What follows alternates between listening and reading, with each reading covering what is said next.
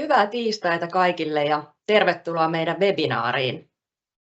Webinaarin aiheena tänään on Finip-tuholaisturva, mikä se on ja miten sen avulla voi hallita tehokkaasti riskejä. Tämän lisäksi me kuullaan varmasti myös muutama tosielämän keissi. Aiheesta meillä on puhumassa tänään yhteistyökumppani RKM:n palvelupäällikkö Mikko Pakula ja Pestesin operatiivinen johtaja Mikko Korhonen. Minä olen Karoliina Ruoti ja mä toimin meillä Finipillä asiakaspäällikkönä ja tässä webinaarissa juontajana. Webinaarin aikana on mahdollista lähettää kysymyksiä chatin kautta. Ja chattimoderaattorina meillä toimii Finipin vahinkojen erityisasiantuntija Mika Laukkanen. Kysymyksiä voi myös lähettää myöhemmin osoitteeseen finip@finip.fi. jos niitä herää sitten webinaarin jälkeen. Huomiona kaikille, että lähetys nauhoitetaan ja tallenne tosiaan tulee katsottavaksi meidän nettisivuille www.finip.fi. Mutta pitemmittä puheitta mennään asiaan ja otetaan ensimmäinen Mikko lauteille. Ole hyvä Mikko Pakula. Ei vaan kaikille tasapuolisesti. Ja tosiaan mun nimi on Mikko Pakula, työskentelen yrityksen RKM Group ja tähän Finip-tuholaisturvavakuutukseen liittyen RKM Group toimii operaattorina sillä tavalla, että me suoritetaan korvauskäsittely ja myös sitten huolehditaan torjunnan tilauksista ja käytännön järjestelyistä. Mutta käytän ensin pienen hetken, mä kerron mitä muuta RKM Group on.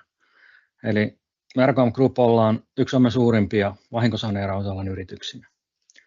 Meillä on jo ihan RKM Groupina samalla Y-tunnuksella yli 20 vuoden kokemus ja sitten vielä osalla henkilöstöstä yhteistä matkaa siitä 10 vuotta lisää. Toimitaan pääosin Etelä-Suomen Kaakonkulman Jyväskylän alueilla ja vaikkakin tätä tuholaisturvaa me hoidetaan sitten valtakunnallisesti. Vaaditaan vaan diaa, mulla on tapana yleensä jutella asioita ennen kuin uusia dioja näkyy, mutta tässä kohtaa hyvä. Päästään ainakin vähän eteenpäin. Eli RKM:stä vielä yleisesti, niin sanotaan, että vahinkosaneeraus ja vesivahingot on meillä sitä kovaa ydintä, josta me suurin osa meidän liiketoiminnasta koostuu. Tarjotaan tutkimuksesta, vahinkokartoituksesta, purkuun, kuivaukseen, jälleenrakennukseen, projektinjohtoon kaikki palvelut ja yhtä lailla kaikkiin muihin kiinteistön ongelmiin, asumiseen liittyviin tai kaikkeen semmoiseen, missä tarvitaan osaamista korjaamisesta, pölyttömyydestä ja muusta, niin me ollaan erinomainen vaihtoehto. Jes, vaihdetaan vaan diaa. Siinä meidän toiminta-aluetta vielä tarkemmin. Kun sanoin äsken Etelä-Suomi, niin unohdin kokonaan, että Vastuuremontti-niminen yritys liittyi meidän RKM Groupiin tuossa viime kuun alussa, joten Rovaniemen alue on myös tällä hetkellä RKM omalla tavallaan toimialuetta. Eli Etelä-Suomi sillä tavalla, että Pirkkala, Tampere meillä on pääkonttori, sitten on Helsinki, Hämeenlinna, Lahti, Kotka, Kouvola. Kouvola meidän RKM on omaa ja sitten meillä on käytännössä omistamme osittain Keski-Suomen kuivaustekniikan, joka sitten operoi Mikkeliä ja Jyväskylää varsinkin. Eli oikeastaan Turku-Pori, länsirannikko on sellaista, josta meidän rakennustekniset palvelut on jo kaukana. Samoin sitten Joensuun suunta tuolla ja Kuopio toiseen suuntaan. Mutta iso osa suomalaisista asustelee meidän toimialueella. Pirkkalan osalta varsinkin RKM Groupin konserniin kuuluu LVI Kurikko Oy, joka tarjoaa sitten kaikki LVIS-automaatio palvelut suunnittelusta toteutukseen. LVI Kurikalla on myös Kotkan alueella asennustoimintaa, ehkä vähän pienemmässä mittakaavassa kuin mitä Pirkanmaan alueella. Ja se, mikä meidät erottaa, sanotaan kilpailijoista, on meidän kokemus korvauskäsittelystä, vahinkojen korvauskäsittelystä. Ja 2007 vuodesta alkaen ollaan tehty eri muodoissa ulkoistettua vahingonhoitoa ja korvauskäsittelyä eri vakuusyhtiöille. Ja me pystytään sitä tuomaan tarvittaessa taloyhtiöiden hyödyksi merkittävästi niiltä osin, jos tarvitaan ymmärrystä vakuusyhtiöiden mielenmaisemasta, että mitä rajaukset tarkoittaa ja miksi asiat menee näin, niin me ollaan siinä harvinaisia urakoitsijoita, että meillä on siitä erinomainen osaaminen ja kyky palvella vakuusyhtiöitä laajemminkin kuin mitä tällä hetkellä me vahingonhoitoa toimitetaan. Jes, vaihdetaan vadia. Tässä vielä en lähde lukemaan teille kaikkea meidän palvelutarjontaa. Fiksuimmin löydätte kokonaisuuden rkampgroup.fi-sivuilta tai suoraan soittamalla meille, jos otetaan aika tarkasti sitten kertoo ja pyritään palvelemaan teitä hyvinkin tarkalla korvalla sillä tavalla, että monimuotoisesti laajasti ja avaimet käteen periaatteella kaikin niin osin kuin haluatte. Yes, vaihdamme eteenpäin. Mitataan jatkuvasti tällä hetkellä meidän asiakastyytyväisyyttä ja kaikille, joille NPS-lukemat on tuttuja, niin tällä hetkellä se on vuodelta 25-52 ja tavoitellaan vähän suurempaa lukemaa, reilua 60. Tiedetään, että 100 ja -100 välillä ollaan nyt jo ihan hyvissä lukemissa, mutta parempikin on semmoinen, mitä tavoitellaan. Mutta pääosin oikeastaan tämä on vaan semmoisena mukana, että lähtökohtaisesti meidän toimintaan pääosa meidän asiakkaista on tyytyväisiä. Jes, vaihdamme eteenpäin. Ollaan otettu laatustandardeja käyttöön, isot 9001, 14 001, 45 001, eli laatuympäristö. Ja sitten mulla tuli täydellinen aivopimennys, työturvallisuus, noin 45 001. Ajattelin, että unohdanko nyt tässä jännittäessä niin tuon. Mutta semmoiset meiltä löytyy, jos sillä on tarjouskilpailulla muiden kanssa merkitystä, niin me ollaan huolehdittu asiat niiltä osin järjestykseen. Jeps, vaihdetaan sitä dia ja sitten päästään varsinaiseen tuholaisturva-asiaan. Eli tosiaan Finip tuholaisturva on vakuutus, jota Finip asiakkaille kykenee tarjoamaan ja taustavakuutusyhtiö siellä on LähiTapiola ja RKM Groupin rooli on tosiaan meillä tässä olla operaattori, joka ottaa vahinkoilmoitukset vastaan, järjestää torjunnan paikalle ja kun aika tulee riittävästi on tietoa, tekee korvauspäätöksen. Ja kaiken sitten ikään kuin rajaamisen ja muut vakuutuksen käsittelyyn liittyvät asiat. Jeps. Hypätään sitten siihen vakuutukseen tarkemmin vielä. Eli nyt kun tuholaisista puhutaan, eli tuhoeläimiä, niin käytännössä se on semmoinen aihe, joka isoin osin on taloyhtiön murhe kaikkineen.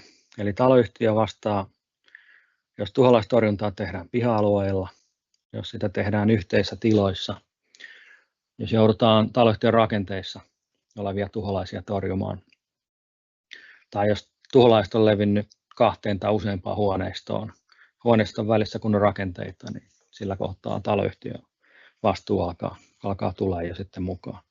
Ja jos osittain tilanne on se, että varmaankin erinäköisten ilmoitusten ja tunteen määrä siitä, että tuholaisten määrä on lisääntynyt, niin se on lisääntynyt siitäkin syystä, että tietoisuus on merkittävästi lisääntynyt viime vuosina. Ja toinen tietoisuus, mikä lisääntyy jatkuvasti, on yksittäisten asukkaiden ja osakkaiden tietämys niistä omista oikeuksistaan ja näistä taloyhtiön vastuista. Eli jo ihan kun Isännöintiliiton sivuilta käy lukemassa, niin on haastavaa taloyhtiölle tämmöisissä tuholaisturvatapauksissa osoittaa, että se asukas on toiminnallaan aiheuttanut sen tilanteen, eikä niin, että tuholaiset olisi liikkunut taloyhtiön rakenteiden tai yleisten tilojen läpi, aiheuttanut siellä sitten torjunnan tarvetta, jolloin se niissäkin tapauksissa voi jäädä taloyhtiön kustannukselle torjunta. Vakuutus itsessään ei ota kantaa torjuntaako yhdessä vai useammassa huoneistossa, eli sen puolesta se on taloyhtiölle hyvä juttu. Onneksi harvinaisia, mutta joitain tapauksia tässä vakuutus, kun on alkanut 2022 vuonna niin on joitain tapauksia, joissa kustannukset on noussut 10 000 euroihin. Alle 30 000 euron on tainnut jokainen torjunta pysyä meidän käsien läpi mennessä tähän mennessä. Jeps, vaihdetaan sivua. Eli minkälaista haittaa tuholaiset aiheuttaa? Tässä nyt kun mä juttelen näistä, niin samoja asioita saattaa sitten tulla myös tuon Kaiman Korhosen Mikon esityksen yhtä lailla, ja Mikko saattaa sitten tarkentaa jotain tähän meidän toimintaan liittyvää tai tähän esitykseen liittyvää niin näiltä osin. Mutta käytännössä haitoista, eli semmoinen asukkaan kokemus asumisen epämiellyttävyydestä, huoneiston asuinkelvottomuudesta, se syntyy välillä hyvinkin nopeasti, tuottaa palautetta ja vaatimuksia taloyhtiölle, tuottaa lisääntynyttä poismuuttoa, joka sitten taas kertautuu lisää palautetta, vaatimuksia taloyhtiölle, ja jos asia ei hoideta, johtaa sitten pikkuhiljaa kiinteistön arvon laskuun, jos asiat jää hoitamatta. Terveydellisiä haittoja syntyy, elintarvikkeiden pilaantuminen, se tuottaa sitten, jos niitä elintarvikkeita käytetään, terveydestä haittaa, erinäköistä puremista ja puremista aiheuttaneista lisäoireista syntyy haittoja, pistoksia ja sitten tuholaisten ulosteiden levittämiä sairauksia. Irtaimisto ja pinnotteet, minkälaiset vaurioituu. Eli vaatteet ja kankaat saattaa vaurioitua, sängyt, sohvat, esimerkiksi ludetapauksissa ei ole mitenkään tavatonta, että joudutaan sänky tai sohva poistamaan, että siitä on jo tullut käytännössä korjauskelvoton tai niin heikkokuntoinen, että se on pakko torjunnan vuoksi poistaa. Erinäköisiä pinnotteita, jalkalistoja, kellovia lattiapinotteita, laminaatteja, verhokoteloita voidaan joutua purkamaan, jotta saadaan sieltä alta sitten sinne pesiytyneet tuholaiset torjuttua. Eli aika laajasti pahimmillaan saattaa aiheuttaa vahinkoja. Sitten ihan rakenteet, LVIS-järjestelmät, jäteasemat. Erinäköisiin rakenteisiin, puuhun, eristevilloihin syntyy vaurioita jyrsimiseen tai esimerkiksi jyrsijöiden pesimisen seurauksena. LVIS-laitteistoja vaurioituu, viemäriputkistoja, sähköputkistoja. Onneksi harvinaisempaa, mutta näitä tapahtuu. Ja tein vaurioita jäteasemille, Molokin säkeille ja ihan tavallisille muovisille jätesäiliöille. Niitä jyrsitään, saatetaan jyrsiä rikki. Ja LVIS-laitteistossa esimerkiksi putkistot on sen tyyppisiä, että kiinteistövakuutus useinkaan, jos vaikka viemäriputkeen jyrsittää reikä, niin kiinteistövakuutus ei korvaa sitä viemäriputken korvausta miltään osin. Mutta tuholaisturvavakuutus saattaa korvata, toki siinä on sitten oma vastuuta mukana, mutta joka tapauksessa tässä saattaa tulla semmoiseen vuotovahinkoonkin liittyvä risteymä. Jeps, vaihdetaanpa sivua. Mitä sitten FINIP-tuholaisturva käytännössä tarkoittaa? Semmoisia ihan perusasioita kerron. Eli kysymyksessä on vakuutus, joka tarkoittaa, että jokaisen vahinkoon ja ilmoituksen jälkeen sitten kun riittävästi on tietoa, niin tehdään aina korvauspäätös. Ja ensisijaisesti siihen korvattavuuteen, voidaanko niitä torjunnan kustannuksia korvata vakuutuksesta, vaikuttaa pari asiaa. Ensinnäkin, löytyykö torjuntakäynneillä kohteesta torjuttavia tuhoeläimiä. Ja sitten toinen on sellainen, mitä jatkuvasti tarkastellaan, on se, että onko mahdollista, että se tilanne on alkanut vakuutuksen voimaantulon jälkeen. Välillä tilanne on sellainen, että kun vakuusilmoitus tulee, niin on vain päiviä välissä kireimmillään siitä, että milloin vakuus on astunut voimaan, ja sitten tulee ilmoitus, ja kun paikan päälle päästään, niin siellä todetaan, että se havaintojen määrä, mikä siellä tehdään, on niin laaja, että ei ole enää mitenkään mahdollista huomioida eläinten lisääntyminen ja jäljet ja muut, että se olisi alkanut vasta sen jälkeen, kun vakuus on tullut voimaan. Eli tämä on semmoinen erittäin merkitsevä noiden korvauspäätösten suhteen, että joka kerta peilataan, että onko se mahdollista. Mitä aikaisemmin taloyhtiö on vakuutuksen ottanut voimaan, niin sitä hyödyllisempi ja turvallisempi se taloyhtiölle on. Vakuutus korvaa yli 40 eri tuhoeläimen torjunnan kustannuksia 30 000 euroon asti per vakuutuskausi. Ja semmoinen oikeastaan, mihin törmätään tuossa käytännössä aina välillä on se, että korvattavan torjunnan laajuus on semmoinen todennetun tilanteen edellyttämä laajuus. Eli tarkoittaa sitä, että kun torjunta pääsee paikalle ja siellä todetaan, että nyt näihin huoneistoihin on tehtävä torjunta ja varmistetaan vielä ympäröimät asunnot, niin sitten kun puhutaan tämmöisestä vaikka koko talon kokoisesta tarkistuksesta sen jälkeen, kun se on tarkistettu torjuttava huoneisto ja sen ympäristö, niin osasta saatetaan sitten jo ajatella, että se on tämmöistä ennaltaehkäisevää varmistelua, jota vakuutus ei voi enää korvata. Mutta joka kerta se vakuutus kyllä, jos muut ehdot täyttyy, niin sen akuutin tilanteen torjunnan kyllä, siihen se auttaa. Ja jos tuhoeläimet aiheuttaa rakennevaurioita, niiden korjauksen makskorvaus on 5 000 euroa per vakuutuskausi ja siihen liittyy sitten 500 € omavastuu. Itse torjuntaan ei tällä hetkellä liity minkäänlaista omavastuuta. Ja se mitä vakuutus ei korvaa. Vakuutus ei korvaa vaurioitunutta irtaimistoa, elintarvikkeita eikä asumishaitan aiheuttamia kustannuksia. Että jos asukas kokee, että hänen pitää päästä muuttamaan pois, niin semmoista vakuutus ei korvaa. Mikko voi varmaan ottaa omalla osallaan kantaa siihen, mutta aika lailla tilanne on se, että käytännössä aina tuholaisten torjunnan takia niin asunnosta ei pitäisi olla tarvetta muuttaa pois. Mikolla voi olla jotain esimerkkejä, kun se on pääosin siellä kyllä niin kuin sen puolesta voidaan asua. Ja tosiaan vakuus ei korvaa ennaltaehkäiseviä toimia, ja joihin joudutaan nyt sitten välillä lukemaan semmoinen niin sanotusti varmuuden vuoksi kyselyn laajentaminen. Sitten ei korvaa tosiaan ennaltaehkäiseviä on myös rakenteelliset parannustyöt, esimerkiksi jyrsien verkkojen asentaminen. Ja vakuutuksesta kun on kyse, niin se toki sisältää semmoisen sisäänrakennetun ominaisuuden, että edellyttää sen jälkeen, kun havaittu tilanne on hoidettu pois ja sen torjunnan kuluja korvataan, niin taloyhtiöllekin vaatii sitten miettiä, että onko jotain sellaisia toimia, millä he voi ennaltaehkäistä seuraavan tapauksen syntymistä. Joka sitten tarkoittaa sellaista esimerkiksi, että jos on semmoinen alue, jossa sitten pikkuhiljaa todetaan, saattaa olla 2 tai yleensä ehkä 3.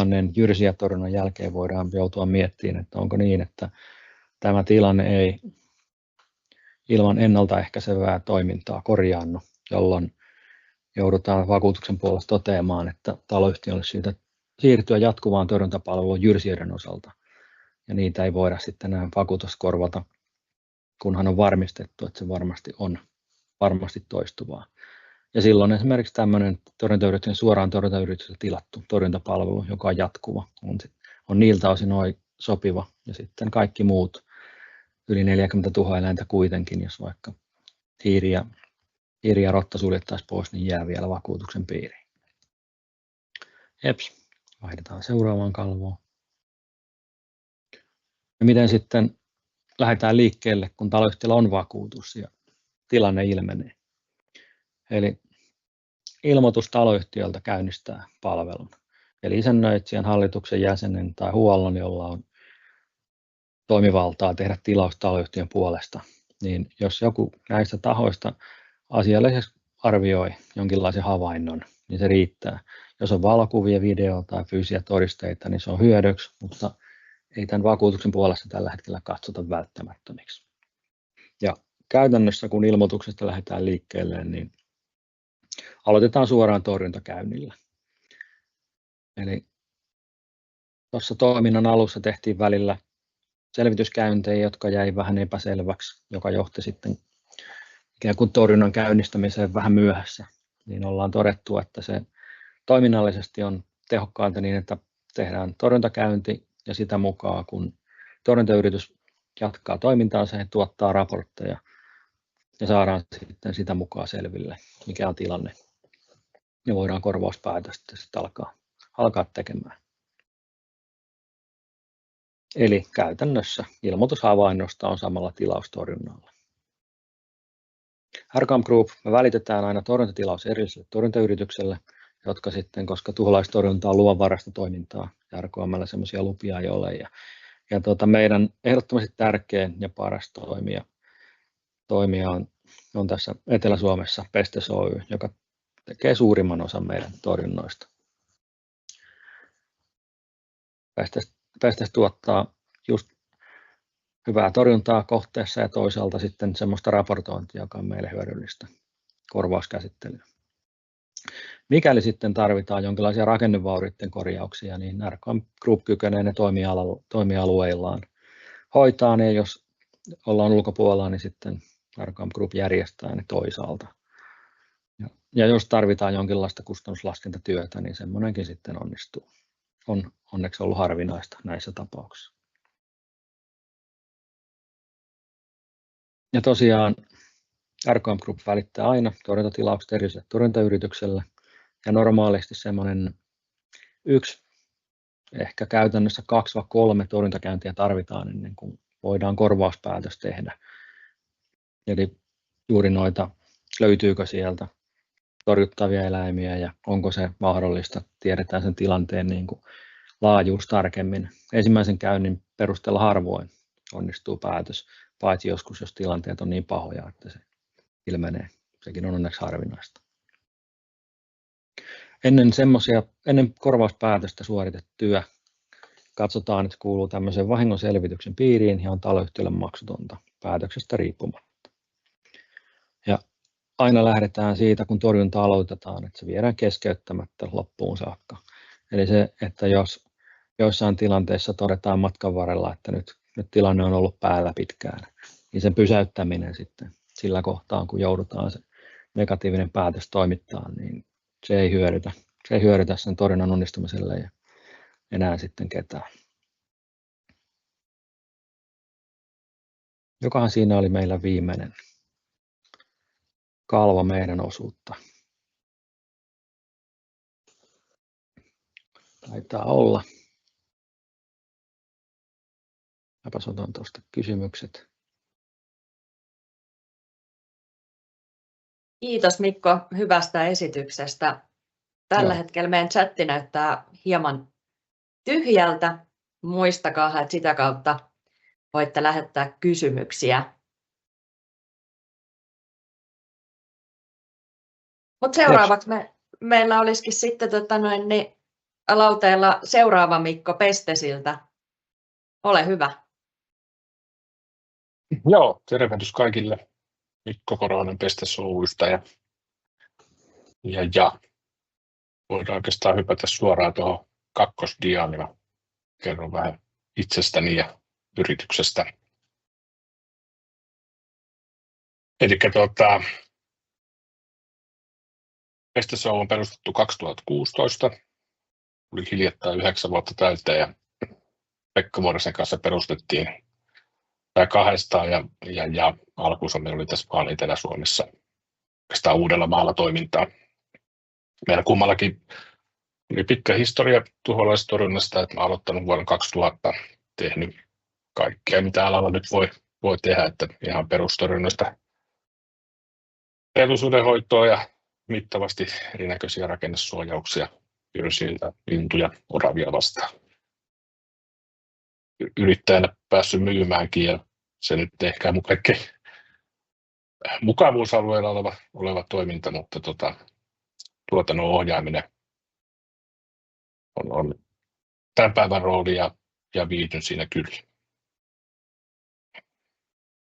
2023 me siirryttiin Tyro Groupin alle, mikä on sitten tämmöinen Pohjois-Euroopassa toimiva tuholaistorjuntagruppi ja siihen kuuluu useita yrityksiä useammasta maasta. Jokainen maa toimii omalla nimellänsä, että Suomessa me ollaan Pestes Oy. Ja Pakulan Mikko kertoi, että tässä Etelä-Suomessa tehdään paljon heidän torjuntoja tai heidän kauttaan ja tällä hetkellä me pystytään toimimaan Kuopiossa saakka ja kovaa kasvua tässä ollut ja toivon mukaan päästään pian laajentamaan muuallekin.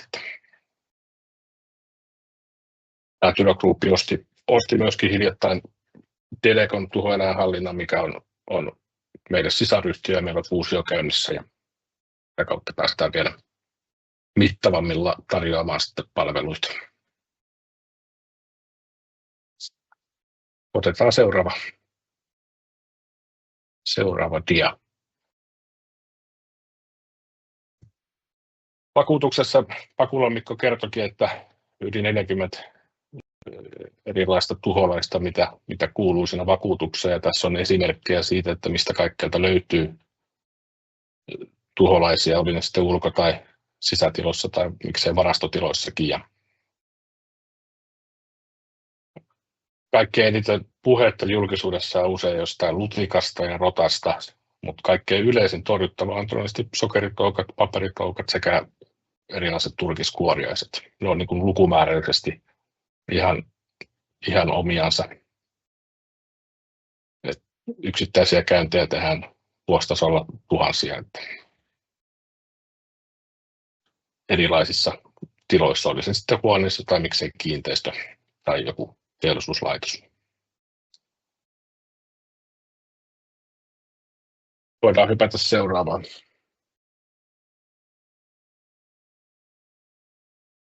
Välillä tulee sellaisia kysymyksiä, missä mietitään, että minkä takia edes tuholaistorjuntaa tehdään. Ja tämä myöskin sivusi osittain tätä Pakulan Mikon toteamuksia, että kyrsijät aiheuttaa rakennevaurioita ja levittää tauteja.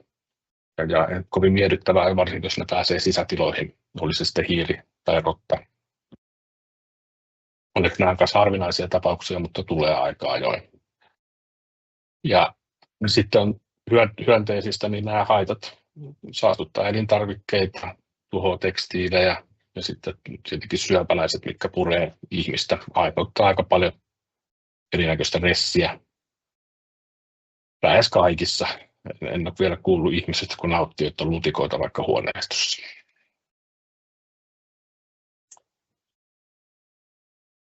Toki joku sokeri- ja paperitoukka, niitä aiheuttamat vauriot on pienimuotoisempia verrattuna elintarviketuholaisiin tai just lutikoihin, mutta paperitoukka nimensä mukaisesti, vaikka syö paperia valokuvista lähtien, niin aiheuttaa sillä tavalla tuhoa.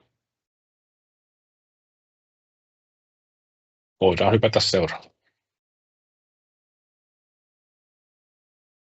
Sitten tämä on tyypillisin tilanne, että joudutaan sokkona torjumaan. Meille tulee tilaus arvoja RKM:ltä näikseen, mutta ajatellaan isännöitsijää tai kiinteistömanageria, että siellä on nyt jotain ötököitä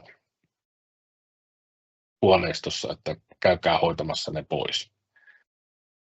Ja se ei niin kuin jää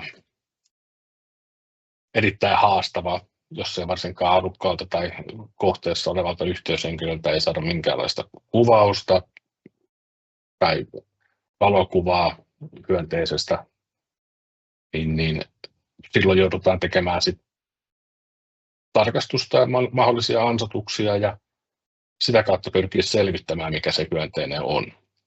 Toki kun tämmöinen tarkastus mennään tekemään, olisi sitten huoneisto tai joku liiketila, niin jos se löydetään kun selkeät merkit, okei, tai paikan päällä löydetään hyönteisiä tai niiden jälkiä, niin torjunta pystytään pääsääntöisesti aloittamaan aina heti.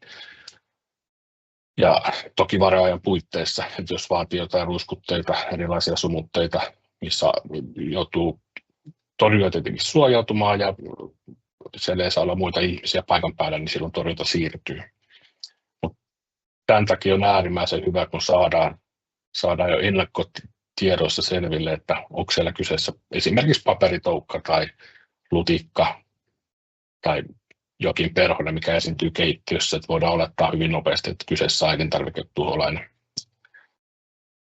Mutta aina se ei ole mahdollista ja silloin on pakko tehdä näitä kartoituskäyntejä, mitä vakuutuksen puolella tehdään tänä päivänä tosi vähän, mutta yleisesti ottaen tuholaistorjunnassa, jotta se menee asianmukaisesti se toiminta eteenpäin, niin pitää tietää, mitä vastaan tehdään.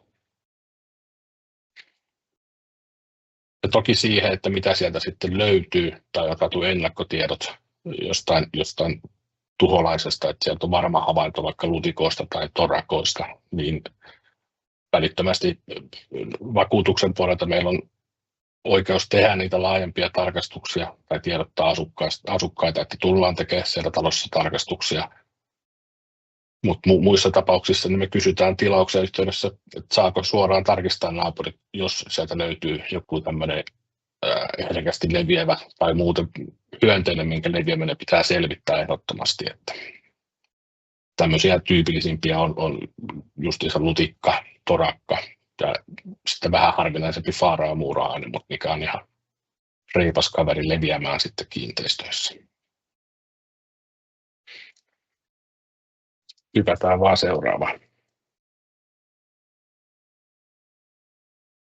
Tässä kun pyydettiin puhumaan tuholaisista ja miksi ja miten niitä torjutaan, niin otin oikeastaan lutikat ja tuossa hieman myöhemmin rotat semmoiseksi aihealueeksi, mitkä on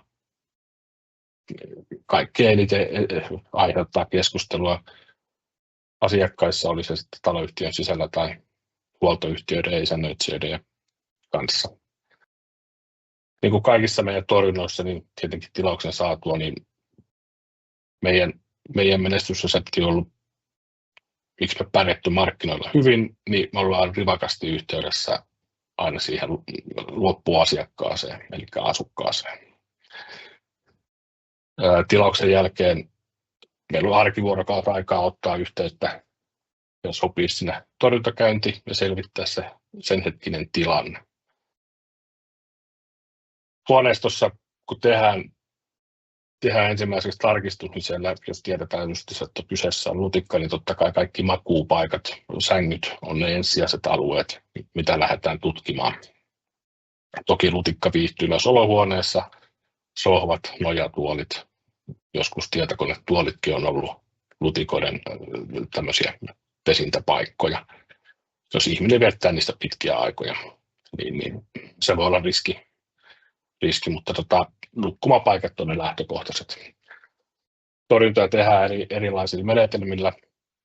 Käytetään imuria, pöyryä, suojauksia patjarakenteille ja sänkyjen ansotuksia ja sekä jonkun verran hävityksiä käyttäen.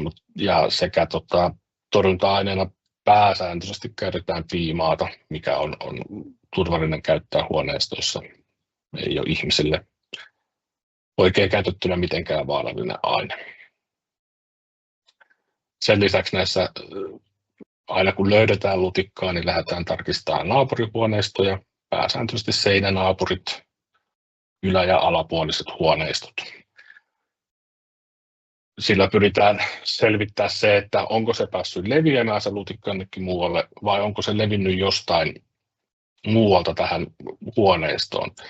Se on tämmöinen malliesimerkki, missä huoneistossa asukas oli havainnut puremia itsessään, ilmoitti isännöitsijälle, mentiin paikan päälle tekemään torjuntaa ja tietenkin tarkastusta ja löytyi ihan muutamia ulosten jälkiä ja asukas oli saanut puremia ja epäilikin, että siellä on tosiaan. Ja voitiin todeta, että kyllä, että ei löytynyt itse lutikoita, mutta tuoreita ulosten jälkiä sekä muutama kuori. Tämän jälkeen laajennettiin naapurihuoneistoihin tarkastukset ja yhdestä seinänaapurista löytyi aivan valtava tapaus. Siellä tarkastuksia ei tarvinnut tehdä laisinkaan. Tai siis sänkyä tai sohvaa lähteä tutkimaan. Riitti kun avasi oven ja huoneistossa käveli vastaan satoja luteita. Mihin tahansa katto, niin pystyi löytämään. Tämmöinen ongelma ei muodostu viikossa eikä kuukaudessa. Se vaatii kuukausia helposti aikaa ja tämmöisen kuriin saaminen vie myöskin aikaa, että se ei ollut yksittäinen torjunta tai muutama torjuntakäynti sinne. Tämä ongelma oli päässyt leviämään. Tarkastuksia laajennettiin niin koko kyseiseen kerrokseen, joka oli pohjakerros tässä kyseisessä kohteessa ja yhteen yläkerran huoneistoon, mikä nyt tuli tietenkin suoraan tämä ongelmahuoneiston yläpuolelle. Tämä ongelmahuoneisto, siellä joutui asukas muuttamaan pois, mikä on tosi harvinaista, mutta tällä potilaalla, kun asukkaalla oli vähän muitakin ongelmia kuin lutikat ja ei ollut niistä tosiaan välittänyt, ja millään ohjastuksella sitä ei olisi saatu siellä pysymään järkevästi siellä huoneistossa. Torninnassa on isona osana myöskin asukkaiden ohjeistaminen ja asukkailla vastuu siitä, että noudattaa näitä annettuja ohjeita. Tämä huoneisto tyhjennettiin, lattiat purettiin, jalkalistat oli kaikki poistettu ja sen jälkeen se on perusteellisesti siivottu ja useita torjuntakäsittelyjä, koennukkumisia, lutikkakoiratarkastuksia ja siihen meni aikaa runsaasti. Pakula mainitsi tämän, että harvoin huoneisto on asuinkelvottomassa kunnossa ja tämä on paikkansa pitävä juttu. Lutikan kanssa, jos asukas on yhteistyökykyinen, ja tässä esimerkkitapauksessa ei ollut monestakin syystä, niin jos huoneisto jätetään tyhjilleen, niin lutikka ei liiku. Ja silloin torjunta menee erittäin vaikeaksi. Ei ole sellaisia torjunta-aineita, millä päästään käsittelemään rakenteita syvälle, missä lutikka voi olla piilossa. Ja silloin, kun se on syvällä piilossa, niin se ei liiku lutikka millään muulla kuin aistimella ihmisen. Ja sen takia näissä huoneistoissa pitää asua ja on erittäin suositeltavaa, että siellä ollaan koko ajan. Lutikka aistii ihmisen lämmön ja hiilidioksidin avulla ja jos ei näitä aisti, niin silloin se saattaa jäädä tämmöiseen horrosmaiseen tilaan, odottaa sitä, että se joku ihminen tulee sinne ja sen jälkeen ongelma lähtee uudelleen käyntiin. Aikuinen lutikka voi elää useita kuukausia ilman ravintoa, jos se on saanut ravintoa aikaisemmin, mikä on tietenkin ihminen, mitä hän syö.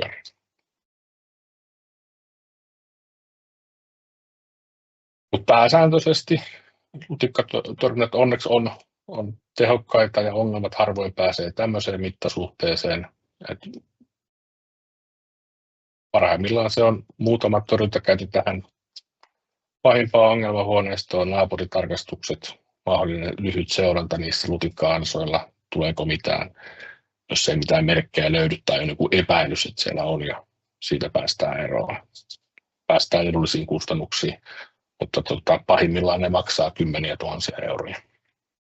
Puhutaan mittavista ongelmista. Isoimmat tapaukset on ollut varmaan semmoista 20-25 huoneistoa samanaikaisesti yhdessä kerrostalossa, yhdessä rapussa. Siitä voi jokainen miettiä, että minkälaiset kustannukset muodostuu torjunnasta.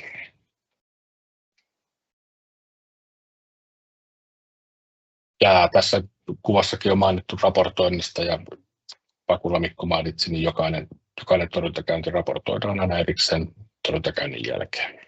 Ja mainitaan myöskin, että mitkä tulee olemaan seuraavat askelmerkit sitten ja milloin torjunnat ja mahdolliset tarkastukset. Hypätään vaan eteenpäin. Sama on rottatorjunnoissa, tai miksei jyrsijätorjunnassa yleisesti ottaen, mutta rotat aiheuttaa eniten niin kuin inhoa, kenties jopa pelkoa ihmisissä.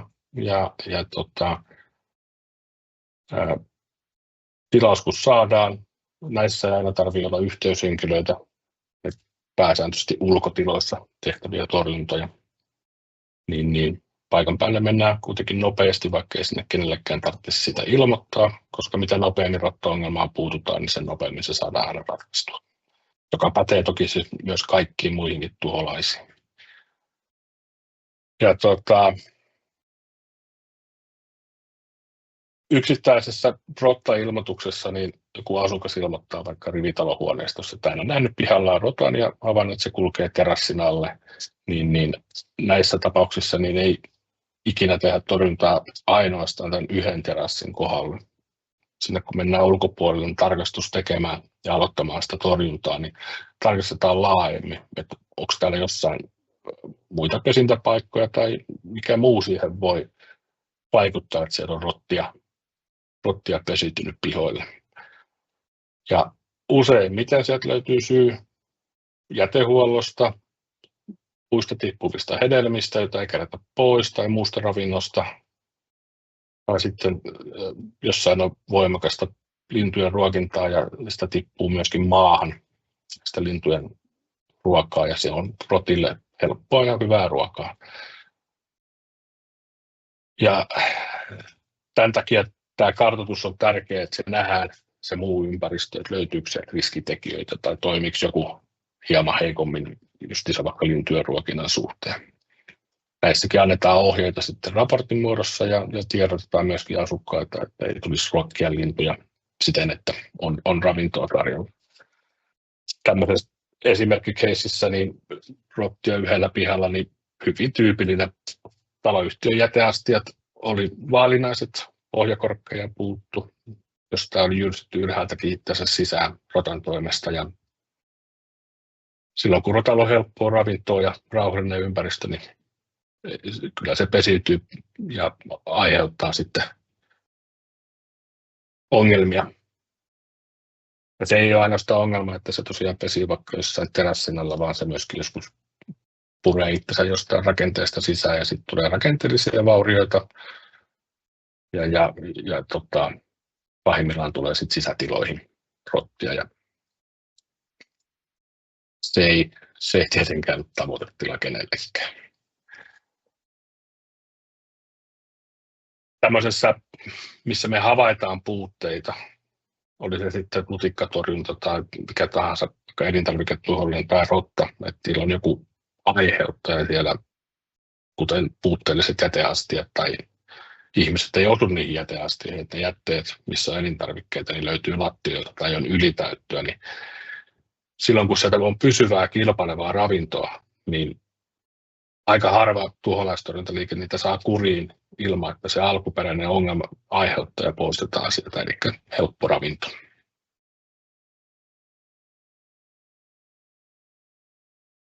Voidaan hypätä tuosta seuraavaan diaan, ja tässä on myöskin tärkeä osa torjunnasta, eli siitä pitää tiedottaa asukkaita ja lähiympäristöä, jos tehdään sellaisilla alueilla, että siinä on riskinä, että liikkuu muitakin ihmisiä. Eli täällä on käynnissä tuholaistorjunta, käytetään jyrsiä myrkkyjä, jotta ihmiset osaa pitää kotieläimet ja lapset poissa, eikä myöskään mene itse koskemaan, että mitä laatikoita täällä on. Jonkun verran kohdataan ilkivaltaa, mutta onneksi harvinaista. Mutta varsinkin jyrsiä myrkkyjen käytön yhteydessä niin äärimmäisen tärkeää, että sinne ei mene ihmiset sohimaan.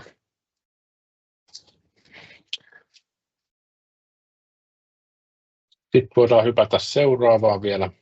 Taitaa olla viimeinen, missä on yleisesti hyönteistorjunnoista. Tässä sama kaava.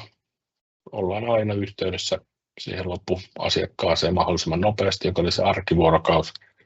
Ja tässä kun tiedetään, mikä tuholainen on kyseessä, oli se sitten keittiökoisa tai paperitoukka, turkiskuoriainen, niin meillä on asukkaille valmiit ohjeet, mitä ne käydään puhelimessa läpi, että mitä mahdollisia ennakkotoimenpiteitä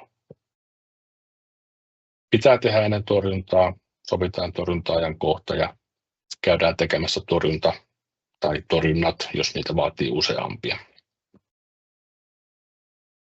Ja osassa tapauksia tilataan tämmöinen, tässäkin on kuvassa keskellä, on paperitoukka, niin tilataan paperitoukkatorjunta ja sitten kun sinne mennään tarkistamaan ne tilat sovittuna ajankohtana, tsekataan varmuuden vuoksi, että jos kaikki valmistelut tehty hyvin, niin sitten sieltä löytyy jotain muuta sen lisäksi. Että ei ole täysin poikkeuksellista, että ihmiset ei ilmoita vaikka, että heillä oli muuten riisihäröjäkin täällä keittiössä, mutta eipä niistä nyt mitään haittaa ole. Mutta, toki silmämääräiset tarkastukset tehdään laajemmin ja mahdollisista asukkaiden kuvauksista.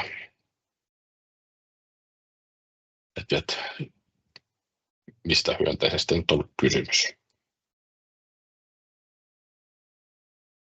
Perinteiseltäkin tämmöisissä elintarviketuholaistapauksissa niin tulee aina aika ajoin haastavia asukkaita, osa reagoi hyvin, osa huonosti ja meillä meni torjuja paikan päällä, oli annettu hyvin huolelliset ohjeet. Tämä oli jo toinen torjuntakäynti ja siellä asukas oli sitten vastassa ja torjuja rupesi katsomaan, että piti keittiökaapistot olla siivottu ja kaikki saastuneet elintarvikkeet hävitetty ja kysyi, että et ollut sitten tehnyt. Joo. Niin, eihän voi tehdä torjuntaa, kun ei täällä ole, eihän pääse ruiskuttaa näitä kaappeja eikä tarkistaa tiloja kunnolla. Ennen kaikkea se torjuntakäsittely oli niin kuin mahdoton tehdä. Niin asukkaan ehdotus, että eiköhän nyt joku kompromissi tähän löydetä. Kompromissia ei tietenkään löytynyt muuta kuin se, että ne oli tyhjennettävä ne kaapit ja hävitettävä saastuneet elintarvikkeet. Koska jos ei tämmöistä tehdä, niin torjuntahan ei tule johtamaan mihinkään hyvää.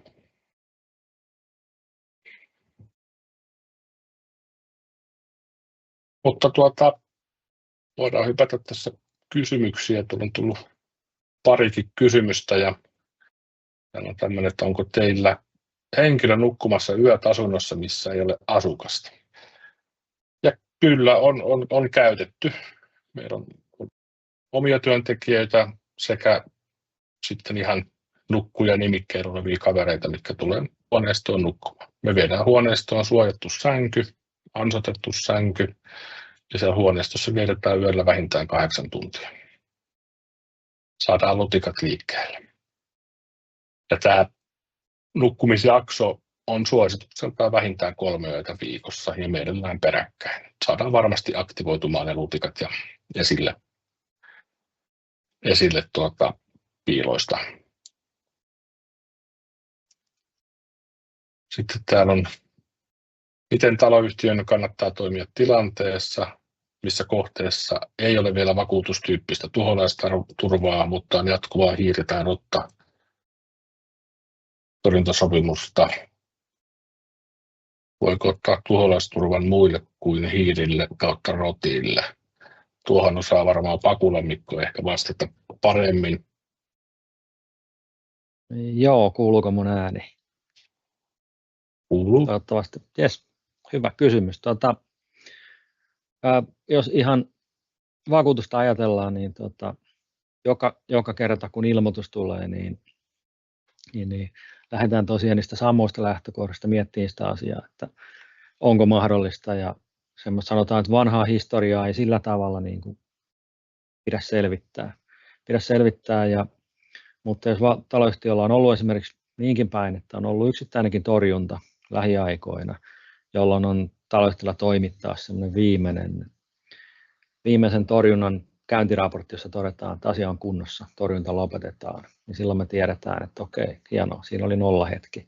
Ja yhtä lailla varmaan tämmöisestä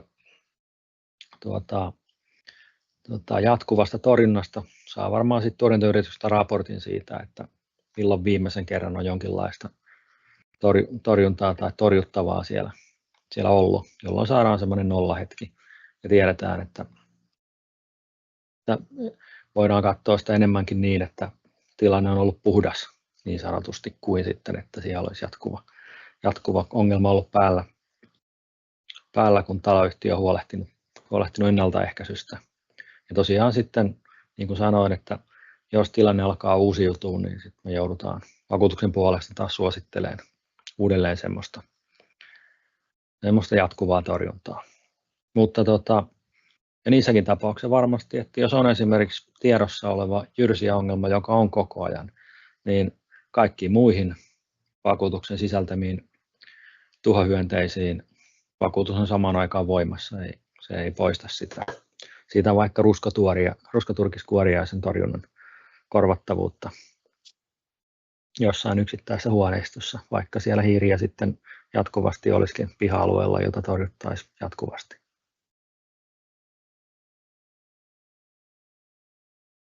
Joo, tämä varmaan vastasi myöskin tähän saman kysymyksen jatkoon, että jos samalla taloyhtiöllä ei ollut vuosikausiin hiiri- kautta rottahavaintoja, voiko jatkuvan sopimuksen päättää ottaa tuholaisturvan tilalle? Joo, siinä taisi tulla molempiin. Kyllä. molempiin sitä kulmaa. Hienoa.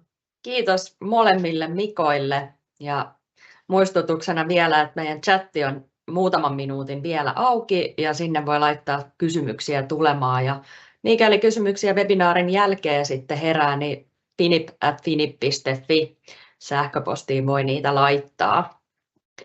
Mutta katsotaan vielä loppuun, että mitä se Finip-tuholaisturva maksaa ja miten sen vakuutuksen saa voimaan.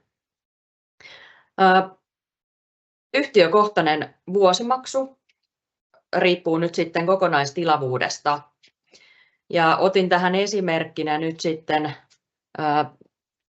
tilavuudella 5 000, niin vuosimaksu olisi sitten 245 €. Mutta kyseessä tosiaan esimerkki ja tarkan hinnan saa sitten aina ottamalla yhteyttä meihin Finippiin, niin lasketaan sitten, että mitä se maksaa just teidän taloyhtiölle.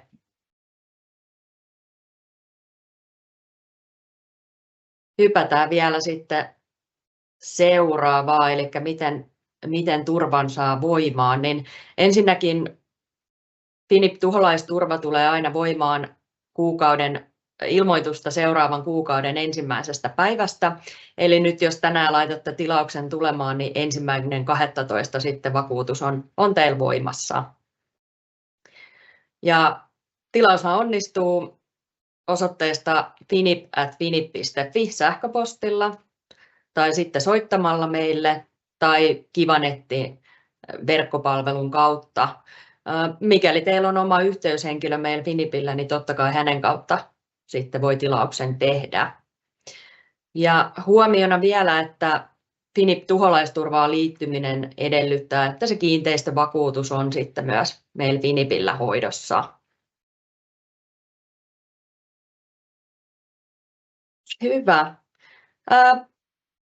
Kiitos kaikille osallistumisesta ja muistutuksena vielä, että webinaaritallenne tosiaan tulee meidän verkkosivuille katsottavaksi.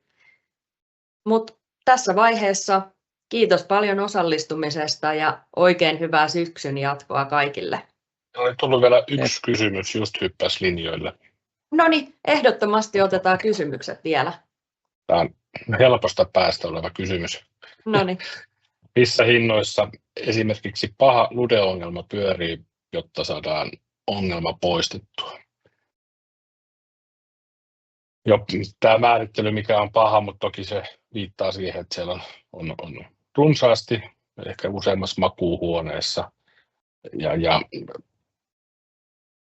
täysin tarkkaa hintaa on tietysti mahdoton sanoa, mutta pääsääntöisesti ensimmäinen torjunta on kaikkein kallein, koska siihen laitetaan enemmän aikaa. Käytetään erilaisia suojapusseja sekä ansoja. Ja niillä on omat kustannuksensa toki. Ja sitten tulee X määrä lisäkäyntejä. Jos ne päästään tekemään hyvin ja sujuvasti, niin todennäköisesti hinta pyörii 1 000–2 000 € välillä. Mutta tämä on yksittäisen huoneiston karkea arvio. Joo, ja tosiaan saattaa karata sinne useamman 10 000 € puolelle, jos kaikki ne ja se, mitä välttämättä torjunnan kuluihin ei edes sisälly on, jos joudutaan purkaa vaikka lattiapinnoitteita ja verhokoteloita ja muuta, niin siellä on sitten, jos torjunta että saadaan hoidettua vaikka 25 000, niin siinä voi olla sitten 5 000 jälleenrakennuksen kulut. Mutta silloin ei olla yhdessä kämpässä enää ollenkaan. Joo, ei tällä yksittäisen huoneesta osalta oli tämä maininta, että se riippuu sitten taas, että mikä on se laajuus. Että se on pahan monessa huoneistossa, niin hinnat nousee tosi rajusti. Sitten tuli vielä seuraava. Varaton vuokralainen ja narkomaani on selkeästi aiheuttanut yksittäisen tikkavaurion asunnossa. Orakas on itse tilannut raivaussiivouksen toisen yhtiön kautta, joka on sumuttanut raidia ja mahdollisesti näin laajentanut ongelmaa muihin asuntoihin. Saadaanko näin mahdollisesti raivaava firma tai osakas vastuuseen vai maksaako taloyhtiö aina tuholaistorjunnan? Jaa,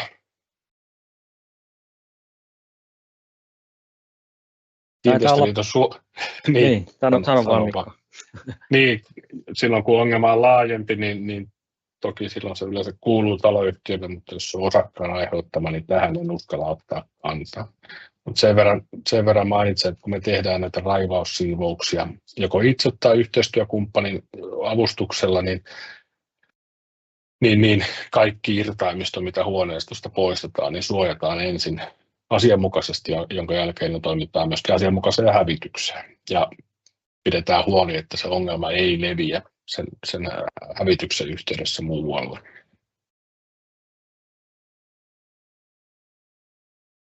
Mutta oliko Mikolla tähän vielä jotain? Ei oikeastaan, että siinä varmaan on hyvin semmoinen hankala tapaus, jos ajatellaan sitä, että siinä kohtaa, kun lutikat pääsee taloyhtiön rakenteisiin ja niiden läpi jatkaa matkaansa, että silloin varmaan tarvitaan semmoinen aulis yksittäinen asukas, joka nostaa käden lippaa ja toteaa, että minä hoidan. Niitä on varmaan aika harvassa. Veikkaan samoin.